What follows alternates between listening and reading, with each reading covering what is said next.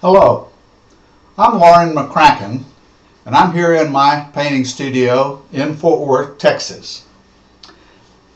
In this video, I'm going to talk to you about how I mix and apply my blacks. It's probably the one question that I get most often over the years that I have been painting. And I'm doing this especially in response to a request from my friend, the CEO and owner of Daniel Smith Paints, John Cogley, out in Seattle, Washington. He tells me that there are several others of you who've also asked for this information. In today's presentation, I'm going to walk you step by step, not only how I mix the paint, but how I apply the paint. And I want to emphasize that it's the application of the paint that is equally important to the paint you mix. And all of this information is included in an article that I wrote in the August 2020 issue of Watercolor Artist magazine. It takes you step by step through particularly the application of the black. If you go to my website and you go to the imprint section, it's one of those little tabs across the top. There is a one-page outline of all the material that I'm going to cover in today's presentation.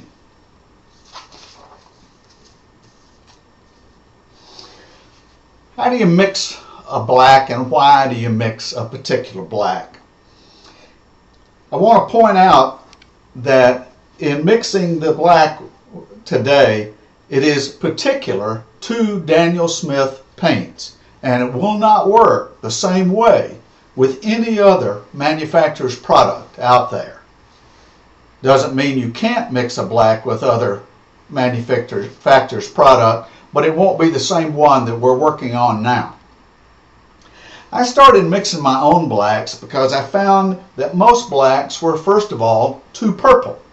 Now, most manufacturers start with a deep purple mix when they make their blacks, and we're going to do the same thing today, but it's what is added later that makes a change in the results. My goal is to create a matte black, one that has no sheen to it, it doesn't reflect any light, it just sits there in a solid, restful way. I also want to create a black that when it's thinned out, it becomes a very, very neutral gray, what I would call a battleship gray. And I also want my black to have a degree of transparency, and I'll talk about that later in the presentation. I want to warn you that this process is not an exact science in the way I do it. But I have found that over the years that I've been mixing black, that the end result has been pretty consistent, and I hope it will be today also. We're going to be mixing our paint in 3 steps. I'm going to offer to you the colors that I use in each of these steps. What you end up using may be slightly different from that, but we'll get you started. We're going to be using paint right out of the Daniel Smith tube. And then we're going to be adding just enough water to it so that it mixes well.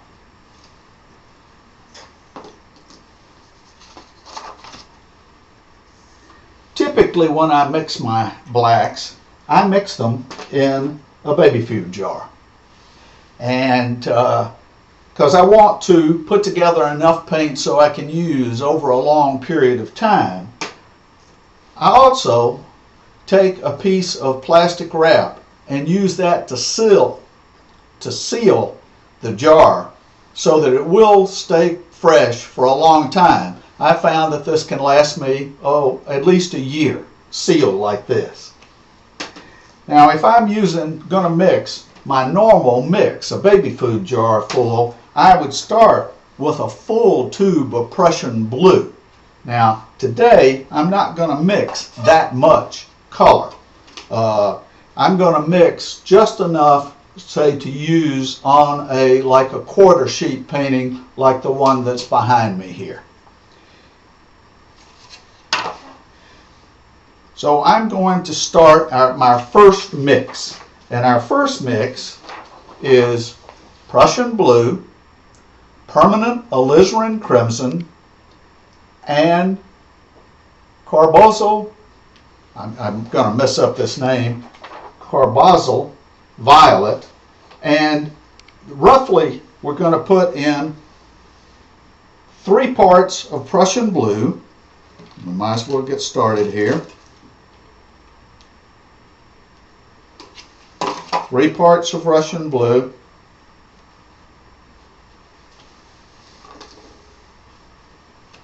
carbazole violet is the word I'm looking for, 1 part of carbazole violet, and then 1 part of permanent alizarin crimson. Now, why these 3 colors? First of all, they are pretty much the darkest colors that you will typically have in your palette. They're pretty standard colors. There should be colors that you already have in your palette anyway. Now I'm going to add just a few drops of water. The little squeeze bottle I'm using here is a batiking tool, B-A-T-I-K. It is a tool you use to create batiking resist when you're working with fabrics. It's a great tool because it will deliver just the amount of water that you need, whether it's a drop or whether it's a dollop. So I put enough water in it so it'll mix. I want to also point out that I'm using warm water. Second law of thermodynamics. Things tend to go into liquid faster the higher the temperature. So it just makes your paints a lot more friendly and they go into solution so much faster. So I'm going to mix all these wonderful colors, and this is like being in the kitchen helping your mother mix the pudding or the cake batter, and you volunteer to do that, and you mix and mix, and you say, "Mom, I'm finished," and she says, "No, you're not, just keep mixing," and that goes on and on and on. You know that routine. But it's really important, since we don't have a mechanical mixer here, to mix it very, very thoroughly, because you don't want little globs of alizarin crimson floating around in there and upsetting your black later. So the more thoroughly you can mix, the better. So now one of the critical parts of this is testing the color as you go along. So I take just the tip of my little plastic stirrer and I mark just a little dab of paint. And I'm using my block of watercolor paper. This is Fabriano Artistico. This is cold press. I normally paint on soft press, but cold press in a block is very much like soft press. And so I'm using a paper that's very much like the paper that I'm actually going to paint on. And so I've got a big brush full of water here, and I draw it out. You see that? It's a little messy, not doing it right on the paper, my paint board itself, but you get the idea. The idea is that it looks pretty dark way up here, but as you draw it out, push the brush down, and that has all the water flow out of the belly of the brush, and it lightens it, and you see we have a very, very nice purple here. It's a luscious color in itself, but now, how do we make it black? Well, our second mix here is the earth tones. And what we're going to be adding is whatever earth tones you have in your palette. I'm assuming you have most of these. Burnt umber, burnt sienna, raw sienna, sepia, maybe even some more exotic ones like English red earth. Now remember, I'm keeping these relatively transparent. We'll talk about that again later. So I'm going to start by adding a little burnt umber.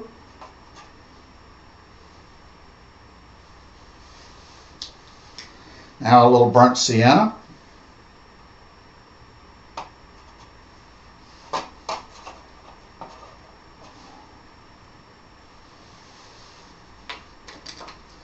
I'm even going to put in a little raw sienna, so it has a bit of a yellow in it.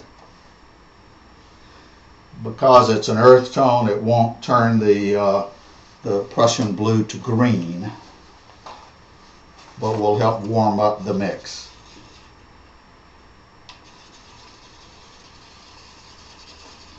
Again, lots and lots and lots of mixing.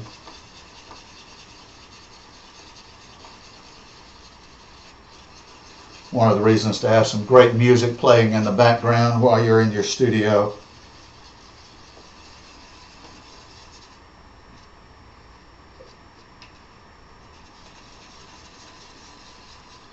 All right.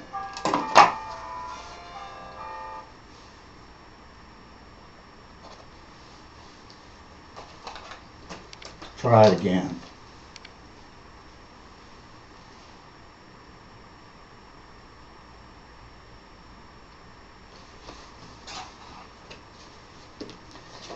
Certainly going darker.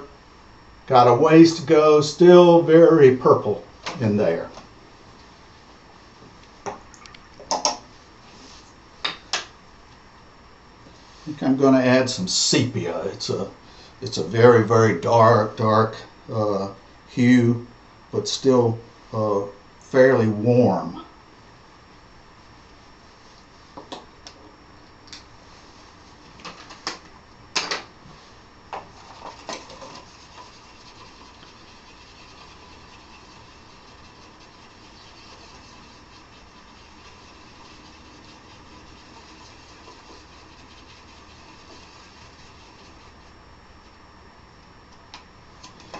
And then we're going to try another little test here. Again, using a brush that's really chock-a-block full of water. Draw it across. Still pretty purple, but getting closer to the black. So now what I'm going to do is I'm going to change the type of watercolor I'm adding to this. I'm going to go to a different kind of chemistry. I'm going to go to the quinacridons. I could go to some of the Primitex, and if you're going to go to the Primitex, I have a couple of recommendations for you. But remember, the Primitex are very granular, and they're going to change the consistency of the paint, and they're also going to impact the transparency. But if you want to add some of the Daniel Smith Primitex colors, the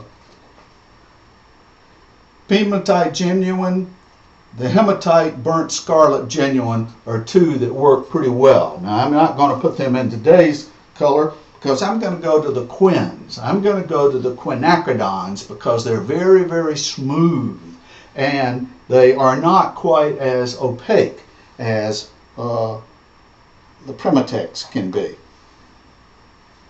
So what I'm doing here is I'm adding some quinacridon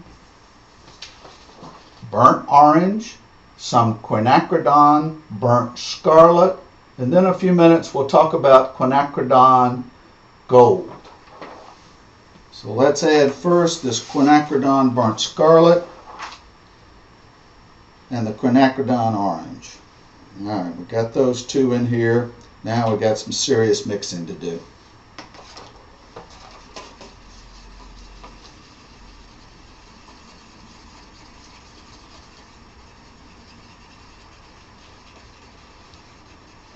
As you may have seen, I'm adding a lot of warm colors here, and that's one of the problems I have with most of the blacks that are out there. They're just too cold.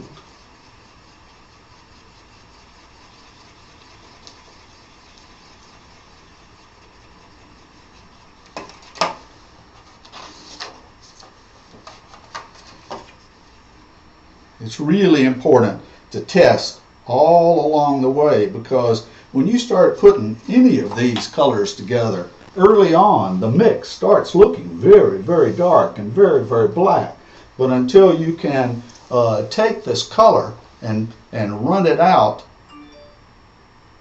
it's really not easy to see when it actually starts to turn black. It's getting nice and dark, but it still has a little bit of a purple cast to it. So I'm going to add a bit of quinacridone gold.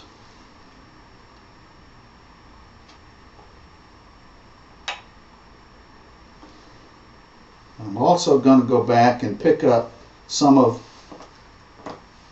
the burnt umber back here, one of the darkest of the earth tone colors, and let's see if we can't zero in on this.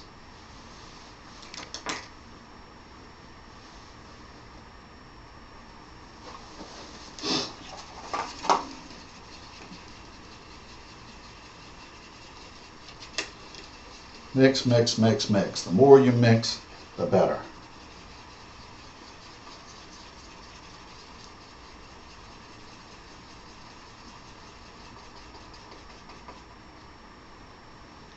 Let's see what we got now.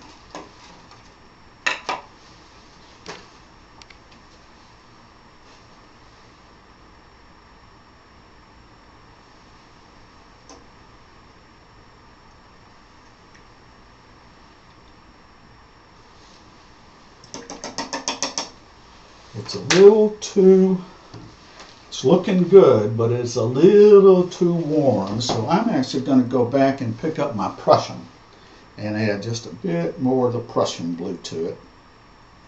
That's what I say. This is not a very exact science.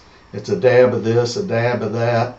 It's like your grandmother's cooking cornbread, a little dash of this, a little dab of that, a little pour of that. Then somehow in the end, it turns out to be pretty delicious.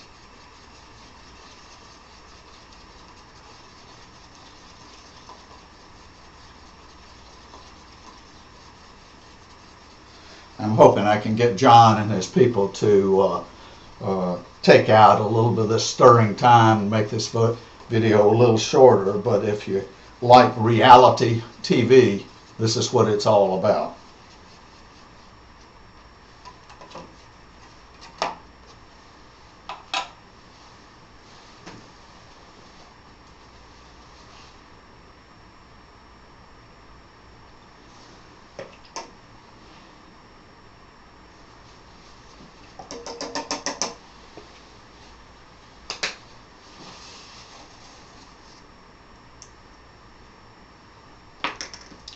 Throwing just a little bit more of the sepia in here to get a little bit more dark, but I think we're very, very, very close here.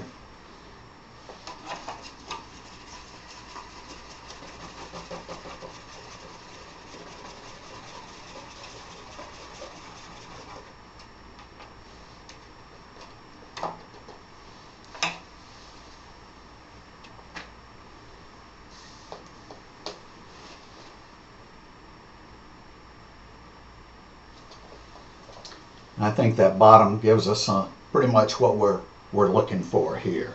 Now, we're going to talk about how to apply this paint.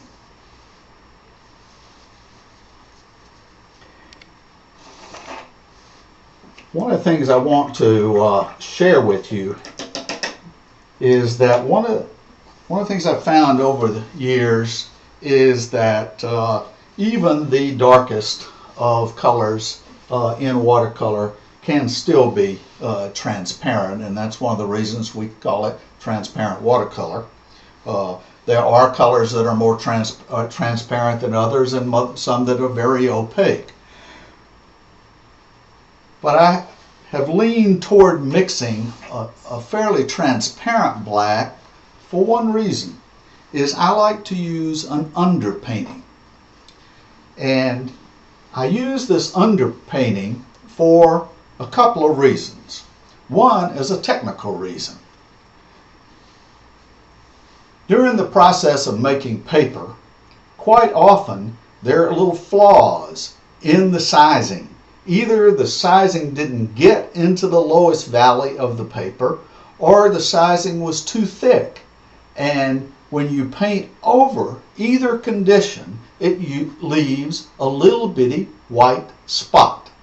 Now the English call that white spot a holiday. They say the paint took a holiday. Pretty funny, but it's not pretty funny to have a little white speck in the middle of your dark background or any dark area. So I don't want that.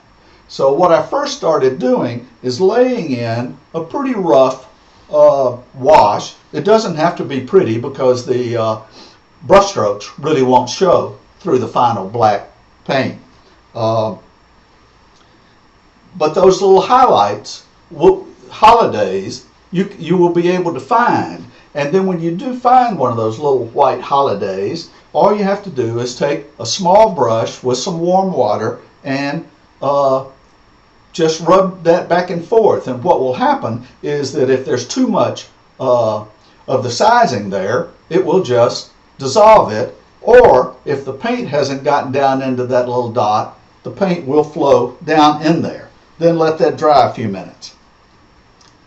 So when I apply my paint, I apply it pretty much in the consistency of what I would call clotted cream. I want it to be applied very, very thick. The reason is you only have one coat to put it on. I've tried many ways, multiple layers, all kinds of other ways to apply the paint. And while doing multiple layers of glazing works in glazing, it doesn't work in applying a big dark color like this. After about the second layer, you start picking up more paint off the paper than you do putting the paint on the paper. So what I'm going to show you here is I've taken my drafting tape, put it all around the edge of this little piece of paper, and then I've taken my drafting tape and I divided this paper into two equal sections. I want to show you how cleanly the drafting tape lifts off the paper and what a fine edge. The drafting tape is just an ideal product for masking edges in any watercolor application. Now the reason I'm doing this is I want to show you, and I hope the camera can pick this up, though it probably won't. You really have to see this in person. Because the other reason that I do the underpainting is an emotional reason. And this is one of the reasons I look for a deep black that still has a certain degree of transparency. I want that underpainting to read through that black. It won't be a color that you immediately see, and I don't want you to immediately see that color. I use it in the following ways. If I've got a painting that's all silver and crystal, and it's very precise, and I want to reinforce the metallic nature of the silver, I might use a phthalo blue or an ultramarine underneath as my underpainting. And then that will make that black even cooler than the way we've mixed it. Now on the other hand, here I'm using one of my favorite new Dan Smith colors. This is Aussie Red Gold. I mean, you can't pick a more vibrant color out of all of the colors they make. But what I want to do here is, let's assume that I had some wonderful yellow flowers or deep gold leaves in my still life. I want to reinforce the viewer's feeling of warmth about the painting. So I would use this Aussie Red Gold as my underpainting, and therefore my neutral black that I've mixed will be warmer in this particular painting. So we've got two reasons to use the underpainting. The technical reason for finding the holidays, and then the emotional reason of impacting the viewer's reaction to your painting. So at this point, I'm going to add just enough water to my palette, And what I'm using here is a little palette that I designed a couple of years ago that just has deeper wells in it, that has the ability so I can mix paint up for a whole day or 2 or 3 days painting at a time. I find that most of these small palettes have pretty small wells in them. And then the other thing is that I can just take drafting tape and put it over the top of these, and it won't dry out overnight or over a few days. So, one of the things I will tell you is that before you start applying this background, you need to do a few things. You need to turn off your phone. You need to take the dog out. You need to eliminate any possible interruptions that you have once you start. Because once you start applying this continuous background, it's like doing a continuous wash. If you stop at any point, you're going to have a line. And it's really, really difficult to get rid of that line, or nearly impossible. So you want to be able to go from start to finish in applying the thing. Now, if you're working on a painting that has a relatively small background, pretty easy. You pick one corner and you paint all the way around to the other corner. Pretty straightforward. But if you've got a painting that is much, much larger, like this one back here, and it's pretty much continuous all the way around, you've got to be pretty strategic in how it. Obviously, you're going to start at some point here, but you're going to have to be able to keep that wet edge working all the way around so that you never have a line that stops. Now, in a lot of paintings, you may have just several small areas that need the background painting. That's the easiest way to do it. And what I do is I do mask out all of the objects in the painting and only leave those areas that I'm going to paint with the dark background. Now, it takes some time to do that, but I found over the years that if I do that, I save so much time in trying to cut around all of these edges, particularly in a much more involved painting. So, give you an example here. If I had to cut around all the edges with a small brush with my background painting here, it would take me a long time. So the 30 minutes or 40 minutes it took me to put the tape around all the edges of this saved me probably an hour's worth of painting in putting the black background on the painting.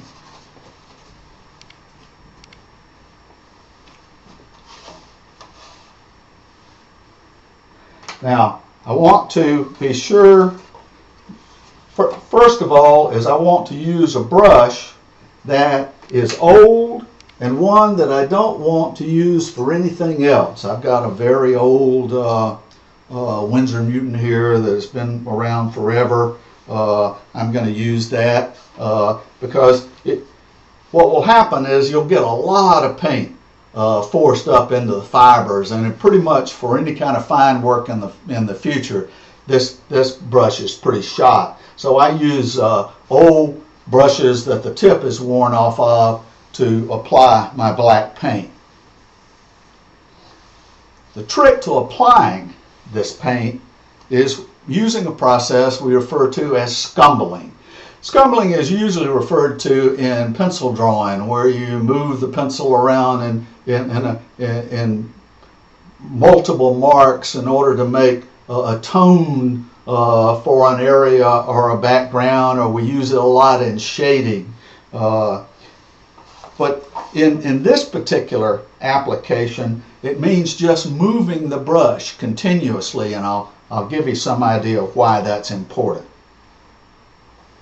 So I'm going to wet my brush, and then I'm going to take a lot of the paint out of it by flipping. Then I'm going to go into my black here, fill the belly of the brush, and then I'm going to start up in one corner, and I'm going to lay on this black pretty heavily, and then I'm going to immediately start scumbling it. And by scumbling, what I'm doing is I'm breaking up the surface of the paint.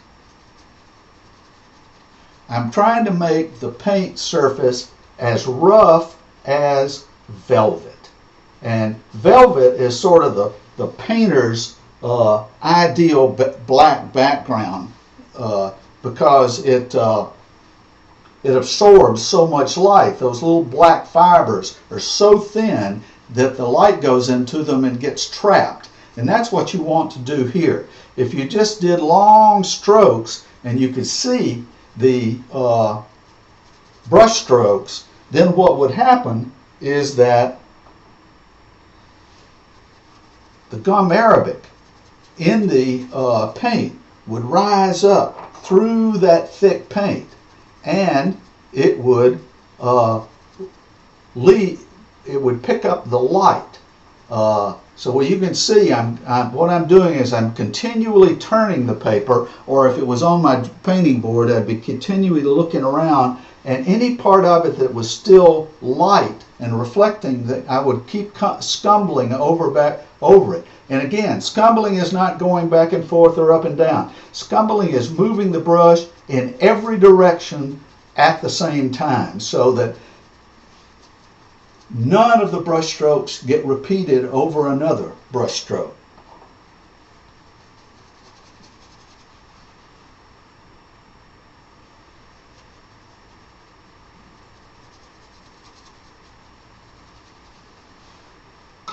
Add just a little bit more water to my mix. And I think you can see how fast you can do this if you've got the edges of where you're painting masked with the tape. Can you imagine how much time it would take if you had to paint all of those edges and then come back and very carefully scumble those edges? It would take forever. And while I don't mind working hard, the process ought to be enjoyable. And if it just goes on forever and it turns into labor, that's not enjoyable. So I work hard to find ways so I don't have to work hard. One of those is by doing probably a lot more masking than most people do, because the results in the end of saving time during the painting part of it have saved me lots of time in the total painting process.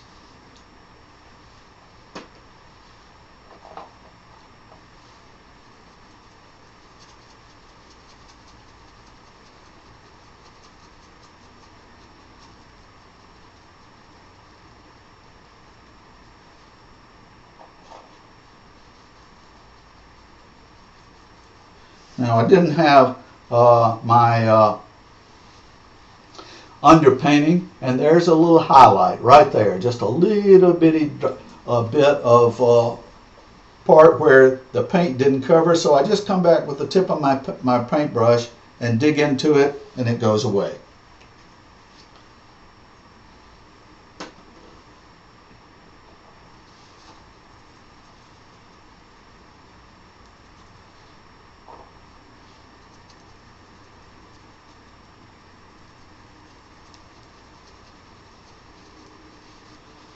Again, I'm constantly looking up here to be sure that there are no thick areas of paint and there's nothing that's still shiny. Now, at some point, it's going to start to get pretty dry, and then at that point, you can't touch it, because at any point where it becomes so dry that it becomes tacky and the brush starts to stick in the paint, you want to avoid that, because, again, you're going to be picking up more paint from the paper than you're going to be putting down with your brush.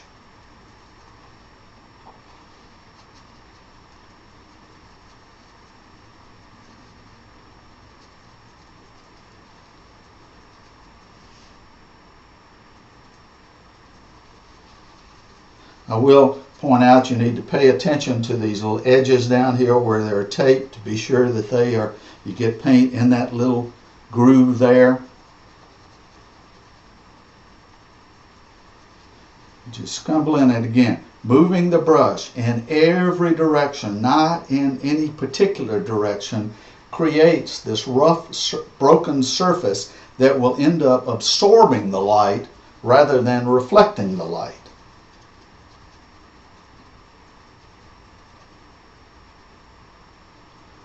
Early on when I was doing this, and I wasn't as conscious about eliminating the brush strokes, I found that as the gum arabic came up into the brush strokes, it looked like snails had crawled all over my painting. And once it's there, it's there. There's virtually nothing you can do about it.